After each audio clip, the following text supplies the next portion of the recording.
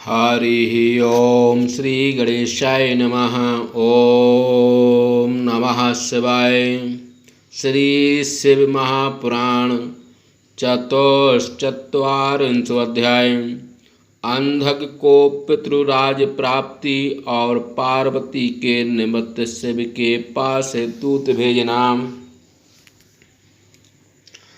सनत कुमार बोले, किसी समय जब हिरण्याक्ष पुत्र अंधक भाइयों के साथ खेल रहा था, तब क्रीड़ा में मदांध हुए उसके भाइयों ने उपहास करते हुए नरम युक्त वाणी में उससे कहा, हे अंधक, तुम राज लेकर क्या करोगे? तुम्हारा पिता हिरण्याक्ष निश्चय ही बड़ा मूर्ख था, जो इतनी घोर तपस्या के उपरांत शिव जी को प्रसन्न कर तुम्हारे जैसा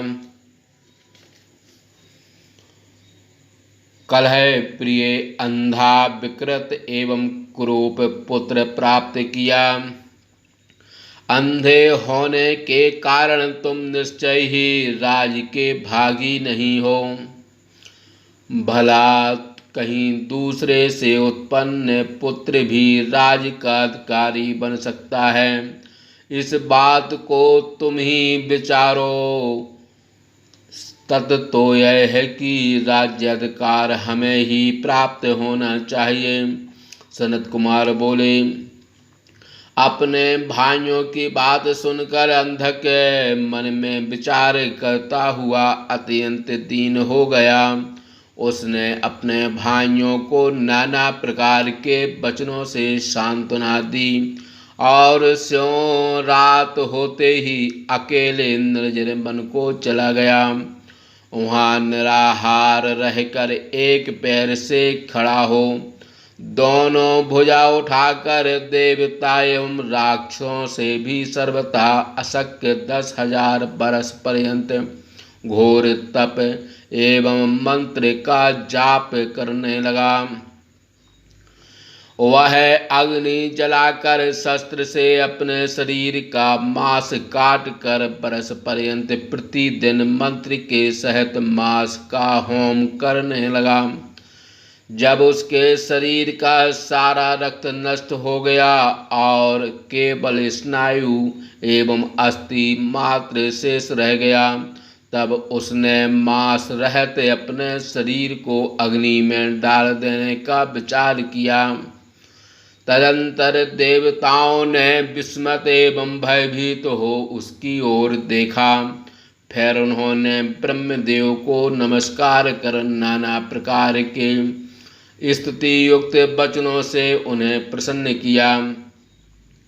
ब्रह्मा ने उसे तपस्या से व्रत करते हुए कहा, हे दानव, इस लोक में जो सबके लिए अप्राप्त वर है एवं जिसकी प्राप्ति के लिए तुम इतना घोर तप कर रहे हो, उस दुर्लभ वर का मुझसे प्राप्त करो।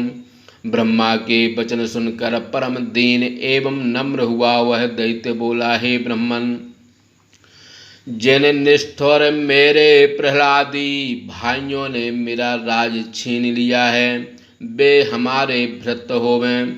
मुझे अंधे को नेत्र की प्राप्ति हो जाए एवं इंद्रादि देवता मेरे बसवर्ती हों, मुझे कर प्रदान करें। मेरी मृत्यु देव दैत्य गंधर्व यक्ष सर्प राक्षस मनुष्य दैत्यों के शत्रु श्री नारायण सभी प्राणी तथा सर्वमय शंकर आदि से भी न हो। उसके ऊपर इस प्रकार के कठिन वचन सुनकर ब्रह्मदेव संकट हो से बोले। ब्रह्मा जी ने कहा, हे दैत्येंद्र, तुम्हारा सारा मनोरथ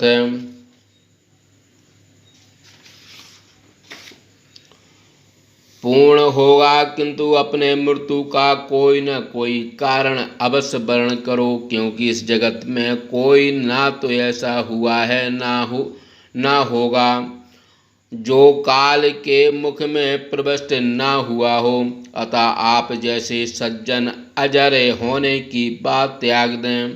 ब्रह्मा के अनुनय पूर्ण वाक्य को सुन वह दैत्य फिर बोला। अंधक बोला, हे ब्रह्मदेव, तीनों कालों में हुई होने वाली तथा वर्तमान जितनी भी श्रेष्ठ सुंदरी तथा युवती स्त्रियां हैं, उन सभी में जो सर्वश्रेष्ठ तथा उत्पन्न करने के कारण मेरी माता के समान हो, इतना ही नहीं, जो तीनों लोकों के लिए मन, वाणी तथा शरीर से सर्वथा अप्राप्य हो।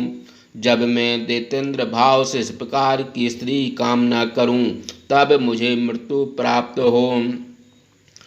पद्मयोनि भगवान शंभु उसके वचन सुन आश्चर्यचकित हो शिव के चरण कमलों का स्मरण कर उनकी आज्ञा से उस अंधक से बोले। ब्रह्मा जी बोले, हे दैत्य श्रेष्ठ, तू जो भी अभिलाषा करता है, तुम्हारी वे सभी कामनाएं पूर्ण होगी। तू शीघ्र उठ और जाकर वीरों के साथ युद्ध कर। हे मुनीश्वरों, ब्रह्मा जी के ऐसे वचन सुन स्नायु तथा स्त्री मात्र शेष वह हिरण्याक्ष पुत्र अंधक ब्रह्मदेव को प्रणाम कर पुनः बोला।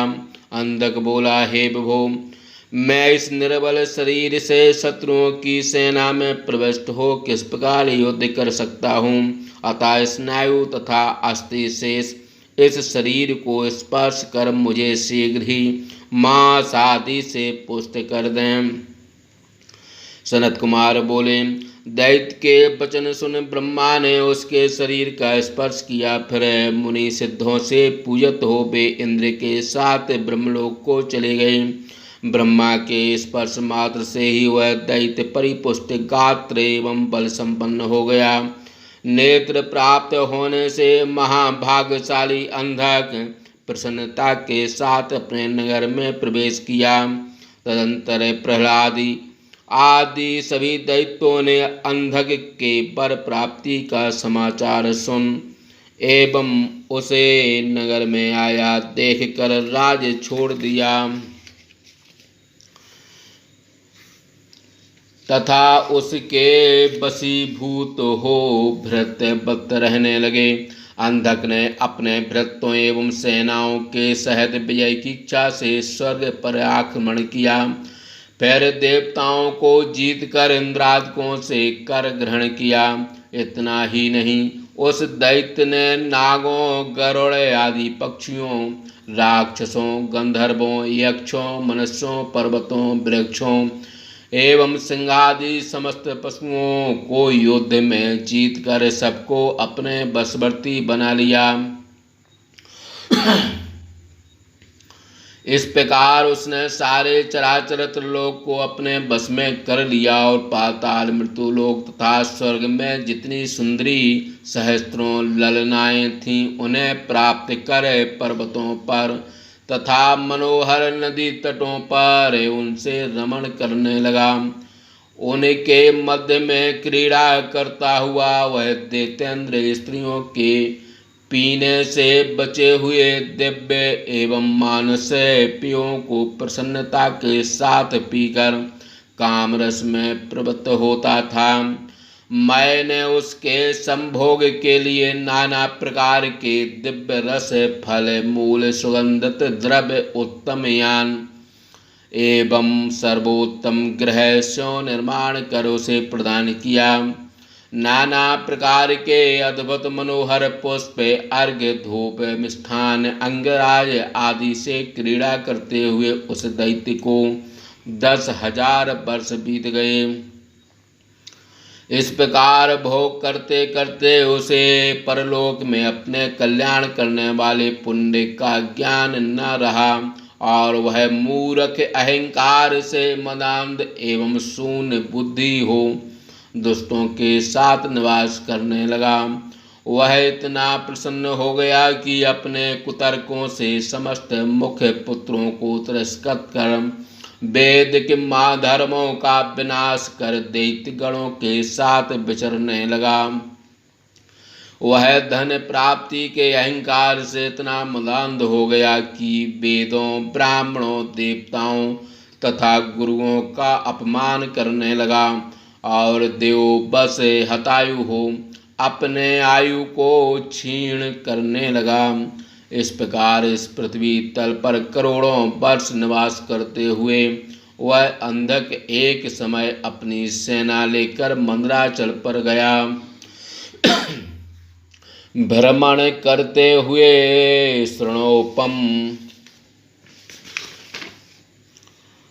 वहाँ की भूमि देख कर क्रीड़ा करते हुए मोहे बस वहीं निवास करने का विचार किया।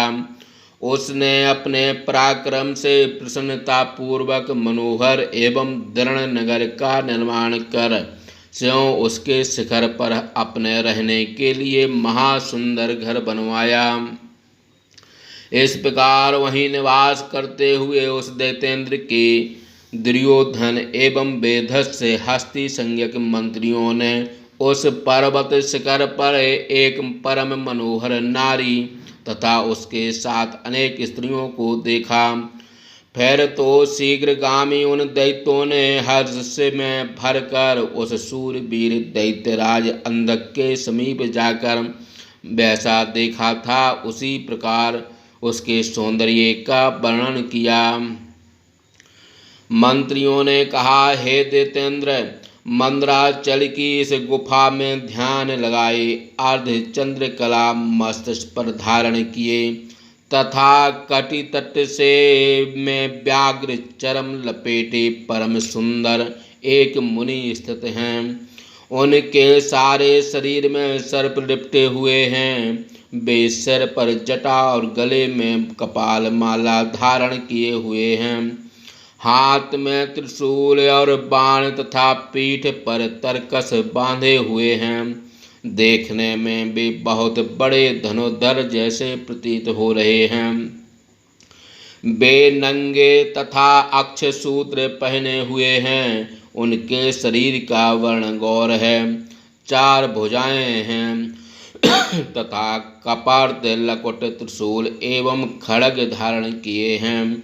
उनके शरीर में भस्म का लेप है। वे महातेजस्वी प्रतीत हो रहे हैं। इस प्रकार उन श्रेष्ठ तपस्वी का सारा भेष अद्भुत दिखाई पड़ रहा है। उनसे थोड़ी ही दूर पर बानर के समान महाभयंकर मुख वाला एक विकराल पुरुष स्थित है, जो अपने कर्कश हाथों में संपूर्ण शस्त्रों को लिए हुए उनकी रक्षा कर रहा है।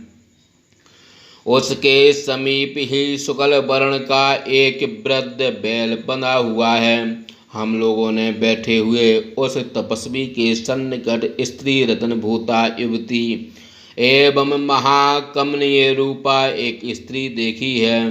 उस स्त्री के शरीर प्रबाल मुक्ता मणि सुवर्ण तथा रत्नों के निर्मित आभूषण से तथा वस्त्रों से ढके हुए हैं। वह मनोहर माला से विराजमान है। जिसने उस महासुंदरी को देखा है उसकी दृष्टि सफल है।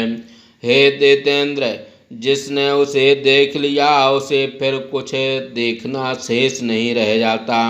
वह दिव्य नारी उन महापुण्यवान महर्षि महेश्वर की माननीया एवं प्रिय भार्या है। आप सुंदर रत्नों के भोक्ता हैं, अतः उसे अपने घर जाकर भली भांति देखने में समर्थ हैं। सनत कुमार बोले, उन मंत्रियों की इस बात को सुनकर वह दैत्य कामातुर हो उठा। उसके शरीर कामावेश से कांपने लगे। उसने उन दुर्योधन आदि मंत्रियों की उन मुनि के समीप शीघ्र ही भेजा। राजनीति में परम प्रवीण उन दुर्योधन आदि मंत्रियों ने महाव्रती एवं तेजस्वी महामुनि के पास जाकर प्रणाम कर उनसे अपने स्वामी की आज्ञा इस प्रकार कहने लगे।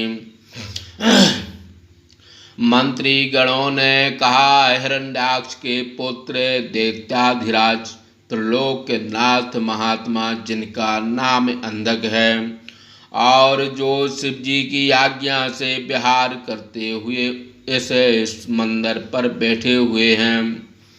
हे तपस्वी, हम उनके अंगरक्षक तथा मंत्री हैं।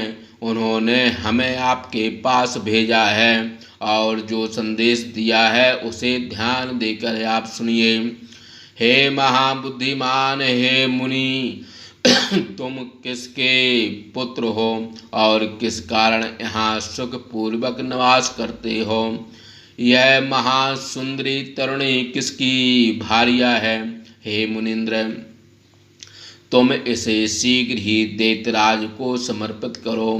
भस्म लपेटे हुए, कपाल माला से अलंकृत, महाक्रूप, तरकुश, धनुष, बाण, खड्ग, भुसंडी, त्रिशूल, वज्र, तोमर से युक्त, कहाँ तुम्हारा यह शरीर, कहाँ जटाओं पर यह गंगा तथा सिर पर मनोहर शशि, कहाँ मृतकास्थि खंड और विष बमन करने वाले दीर्घ मुख सर्प और सुपुष्ट स्तन वाली इस मनोहर स्त्री के साथ संगम कहाँ?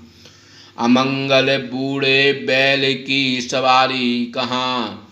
क्षमा बान तपस्वियों के लिए तो स्त्री का दर्शन भी निषिद्ध है। तपस्वियों का तो संध्या एवं प्रणाम धर्म है। स्त्री का संसर्ग तो उनके लिए सर्वथा लोक विरुद्ध है। अतः हे मूर्ख तपस्वी, तुम इस स्त्री को शांति पूर्वक मुझे शीघ्र ही समर्पित करो। भला कहीं स्त्री के साथ भी तपस्या संभव है? तुम में यह सारी बातें अयोग्य एवं विरुद्ध हैं। मैं तो तीनों लोकों का राजा हूँ। अतः तुम्हें आज्ञा देता हूँ कि पहले शस्त्रों का त्याग करो, पीछे शुद्ध तप करो।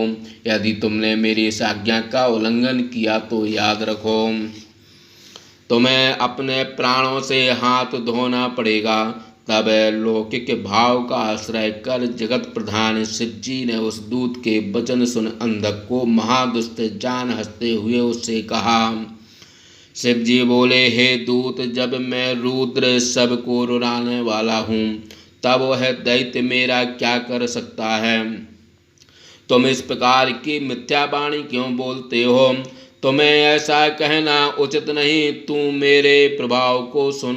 मुझे अपने माता पिता का स्मरण नहीं आता। मैं इस गुफा में बैठकर अन्यों के लिए दुर्लभ इस घोर पाशुपत व्रत का आचरण करता हूँ और महामूढ़ की तरह निवास करता हूँ। मेरे विषय में ऐसी प्रसिद्धि है कि मेरे माता पिता कोई नहीं है। यह सारा दुष्ट जगत मुझसे ही उत्पन्न हुआ है और सर्वत्र व्यापक मेरी यह लावट युक्ता तरुणी भार्या है जो सब कुछ सहने वाली है। हे राक्षस, इस समय यदि तुम इस कार्य को उचित समझते हो तो इसे ग्रहण कर लो। उस राक्षस से इतना कहने के उपरांत तपस्वी वेशधारी सदाशिव ने मौन धारण कर लिया। सनत कुमार बोले, शिव जी के इस प्रकार गंभीर वचन सुन दानवों ने उन्हें सिर से प्रणाम किया। तदंतर त्रिलोक विनाश के लिए प्रतिज्ञा करने वाले हिरण्याक्ष के पुत्र अंधक दैत्य के समीप गए और दैन रहत हो जय जयकार करते हुए उस मदोन्मत्त अंधक को प्रणाम कर शिव जी ने हंसकर जो बात कही थी वह सब कहने लगे। मंत्रियों ने कहा, चंचल पराक्रमी धैर्यवान निशाचर कहाँ? कृपण सत्वहीन क्रूर कृतघ्न तथा सदा पाप में निरत दानव कहाँ? उसे काल का भय कैसे प्रकार हो सकता है? हे राजन, मैंने तुम्हारी कही हुई सारी बात उस तपस्वी से जब कही तब त्रिलोक को तृणाव्रत समझते हुए उस मुनि ने दैत्यों के स्वामी आपसे कहा, कहाँ तो मैं और कहाँ शस्त्र, मृत्यु को त्रास उत्पन्न करने वाला युद्ध कहाँ? बानर के समान मुख वाला यह मेरा वीरक गणेश्वर कहाँ? और ये निशाचर कहाँ? जरा से जीर्ण यह मेरा शरीर कहाँ? तुम्हारी महाबलवान सेना कहाँ? और तृणातृण के समान मध्य भाग में कहाँ? हे दैत्येंद्र, इस प्रकार तुम सभी प्रकार के से युद्ध करने में समर्थ हो, अतः शीघ्र आकर कुछ कर दिखाओ। यद्यपि आपके पास वज्र के समान महाभयंकर अस्त्र है जिससे सारे जगत का विनाश हो सकता है, किंतु तुम्हारा शरीर कमल के समान अत्यंत कोमल है, अतः जैसी आपकी रुचि हो वैसा करो। पुनः मंत्रियों ने कहा, हे दैत्यपते, इस प्रकार के वचन उस तपस्वी ने हंसकर कहा है। हे राजन, मेरा विचार है कि आप इस तपस्वी से युद्ध न करें। यदि आप हम लोगों के द्वारा कहे गए तथा उस तपस्वी के द्वारा कहे गए वचनों को निरर्थक एवं प्रलाप समझते हैं तो जो इच्छा हो सो करें, किंतु मुनि के द्वारा कहे गए वचनों को आप बाद में याद करेंगे। सनत कुमार बोले, वह मूर्ख अंधक अपने मंत्रियों की बात सुनकर क्रोध से आग बबूला हो गया। उन मंत्रियों के सत्य एवं हितकारी वचन भी उसे कुटिल तथा तीक्ष्ण लगे। जिस प्रकार आग में घी देने पर वह प्रचंड हो जाता है, तदंतर भाग के प्रतिकूल होने एवं वरदान से प्रमत्त वह दैत्य कामातुर हो खड्ग लेकर पवन के समान वेग से वहां जाने को उद्यत हो गया। इस प्रकार शिवदत्ती भाषा टीका सदस्य महापुराण के अंतर्गत द्वितीय रुद्र संहिता में पंचम युद्ध खंड का अंधक गाढ़पत्य लाभोपाख्यान में दूत संवाद नामक 44वां अध्याय समाप्त। बोलिए शंकर भगवान की जय।